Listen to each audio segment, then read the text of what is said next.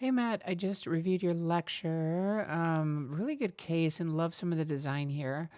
Couple things. This is the kind of old school format. This is a 4 by 3 orientation, and almost invariably, anywhere that you ever give a presentation, the monitors or the projector are all going to be 16:9. And so you're going to have a lot of like just wasted space over here. So what you can do is you go to design, you go to slide size, and then change it to widescreen. And then now you won't have any wasted space. Now with this, and I get it, you might not have time to fix all of these things before Wednesday, but if you can, it'd be good.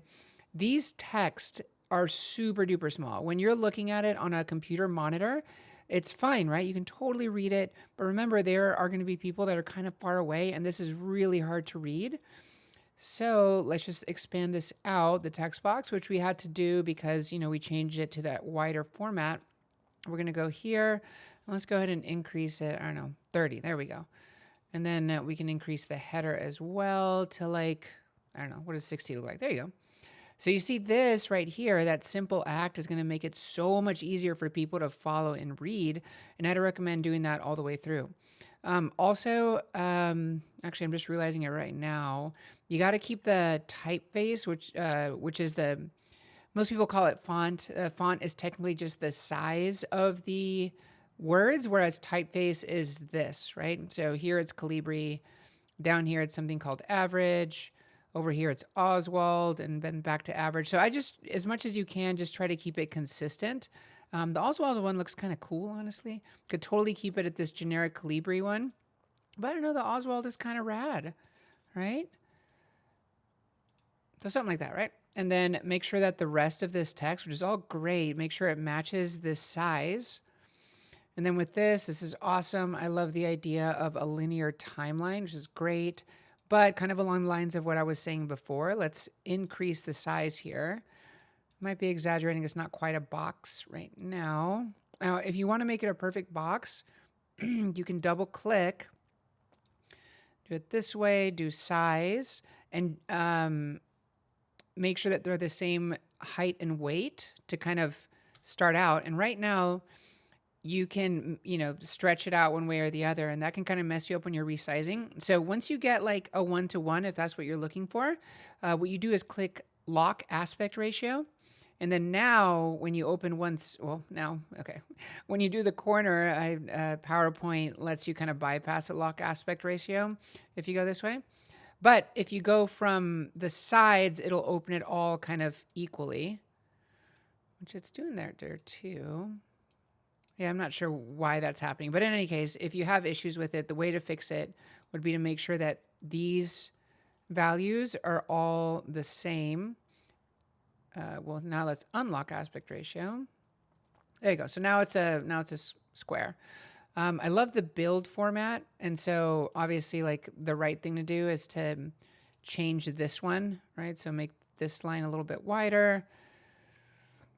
Then we can actually select all of these, and let's just make them all perfect squares. I don't know why 6 was chosen there. And then we'll lock, and then we can just increase the size, and they'll all increase the same. So you have to play around with how you want it to work, but this is how I would do it. Now, what you can do to see how their spacing's a little off with these, what you can also do is you select all the things that you are looking at, or that you're wanting to try to line up. And when I move, it kind of stops in the middle. It kind of right there, I'm still moving my mouse, but it'll give me a little stop right when it's in the middle. You could do that. The other thing you can do that I do instead is I go to this arrange button. And then firstly, I'm going to distribute horizontally. So now they're all evenly spaced. And then we go back to arrange and we say align, align middle. Okay, now they're up and down, they're good. And then try to find that space where they're right in the middle. And then obviously like go back, copy and paste, and we'll already show you exactly what I mean. So we'll go up here, we'll paste it. I'm going to take everything from here, press Command X or Control X if you're on a PC. Put that, hold on one second.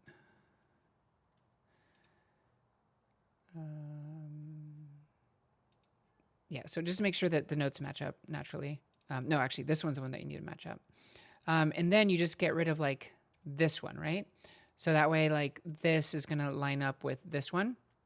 And then you can do the same thing over here. So I'm going to copy and paste the kind of final one. So I'm hitting Command or Control if you're on a PC, and then pasting the slide, getting rid of these things.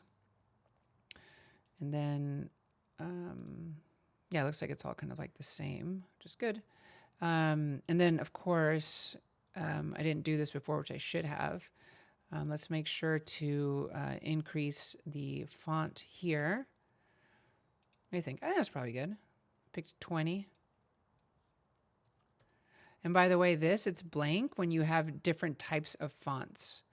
So let's just, I don't know, I'm kind of feeling this Oswald one.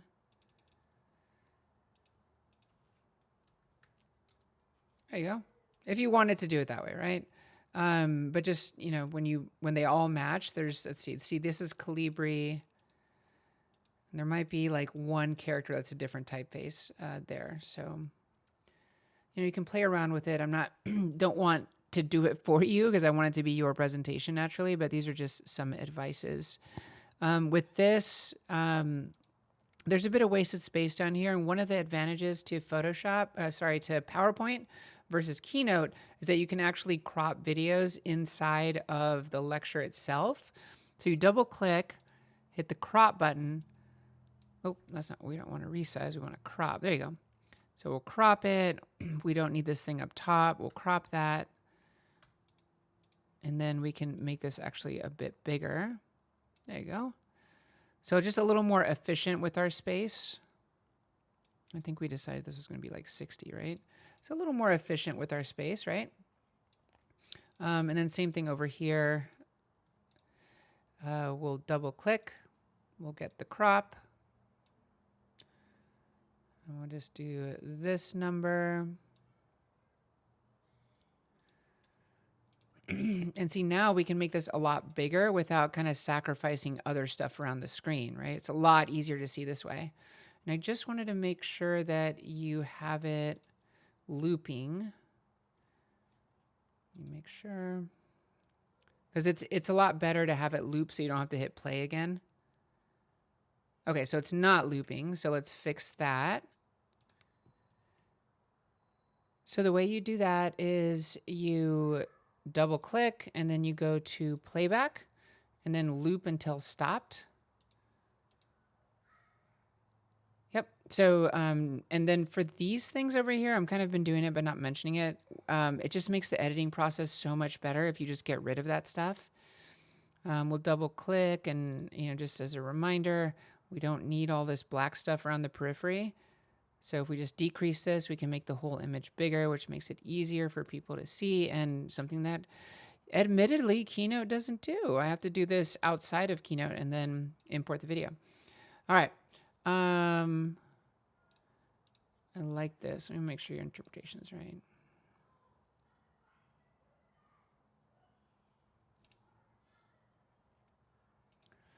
All right, same thing with the EKG. It's a little small. I'd increase it. Oh, let's keep the aspect ratio where it's supposed to be. There we go. And make that a bit bigger. And again, with this, we don't really need this stuff down here. We don't need that stuff. And then I crop out some of the top there. And if you want it to fill the screen, it's a good idea. You know, you can leave it wide, but if you wanted to crop out like this, for instance, you totally can.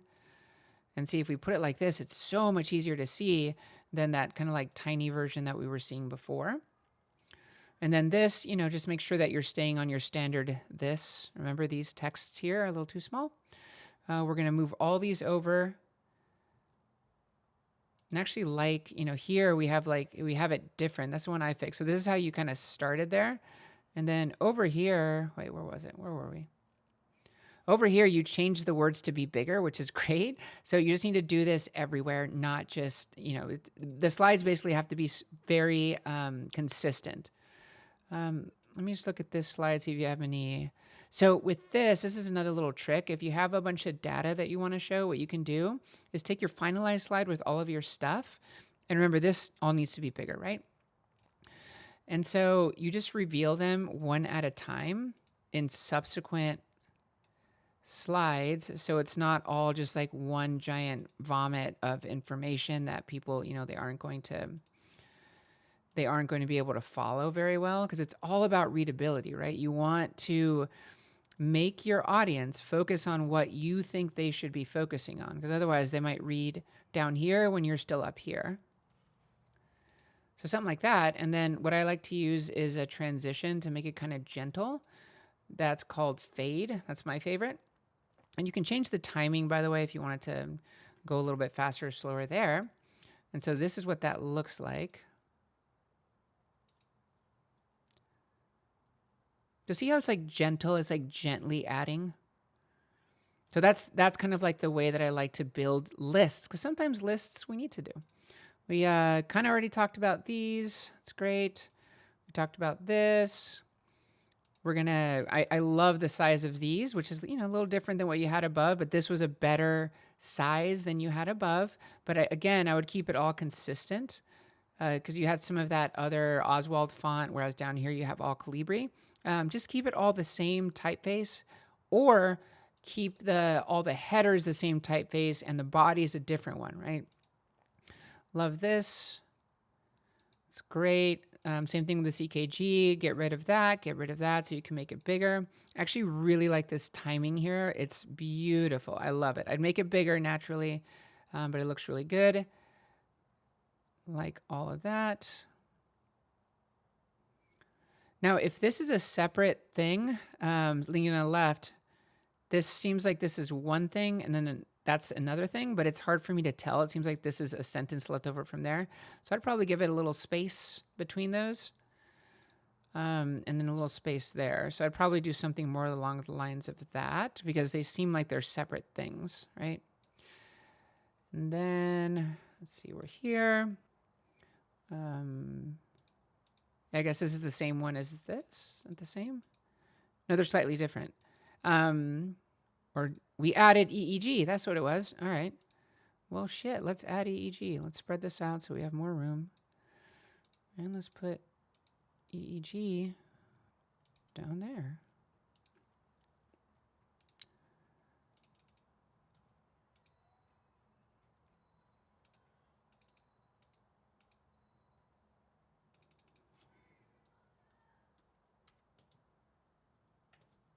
There we go. Well, it seems like there's two spaces. I don't know what's going on with the spaces here. So space, space, space. There we go. All right. Same thing with these. The way that they look like they're the same sentence, so I'd separate them out a little bit. You could also do different colors if you wanted. You'd pick a yellow from the middle to kind of like differentiate between this one, and that one. Especially if one of these is more important than the other. Very good, very good. And for these kind of bullet points, I would spread them out quite a bit. So down here. And I like to keep things on one line if I can as well. So that's what I would do there. Love the take-home message.